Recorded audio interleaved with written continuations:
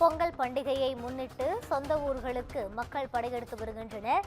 இந்நிலையில் சென்னை கிளாம்பாக்கம் பேருந்து முனையத்தில் ஏராளமான மக்கள் குவிந்துள்ளனர். கூடுதல் விவரங்களோடு இணைகிறார் எமது செய்தியாளர் சக்திவேல். வணக்கம் சக்திவேல், முழு விவரங்களை பகிரலாம்.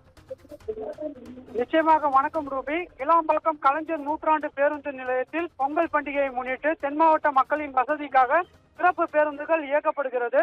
குறிப்பாக தென் மாவட்ட மக்களை சேர்ந்த பல லட்சக்கணக்கான மக்கள் பல்வேறு பணிகளின் காரணமாக சென்னையில் தங்கியிருக்கக்கூடிய நிலையில் தமிழர்களின் பாரம்பரிய விழாவான பொங்கல் பண்டிகையை முன்னிட்டு தொடர்ந்து 5 நாட்கள் விடுமுறை அரசு விடுவித்துள்ளதால் இந்த பொங்கல் பண்டிகையை தங்களது சொந்த ஊர்களில் கொண்டாடுவதற்காக பயணிகளின் வசதிக்காக கிளாம்பாக்கம் பேருந்து நிலையத்திலிருந்து சிறப்பு பேருந்துகள் இயக்கப்படுகின்றன.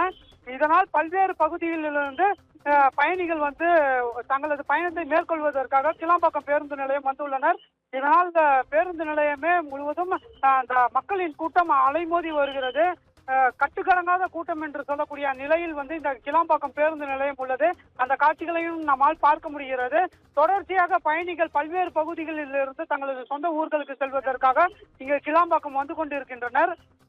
இதனால் பேருந்துகள் முழுவதுமே நிரம்பி வழியக்கூடிய காட்சிகளையும் நம்மால் பார்க்க முடிகிறது ரூபி.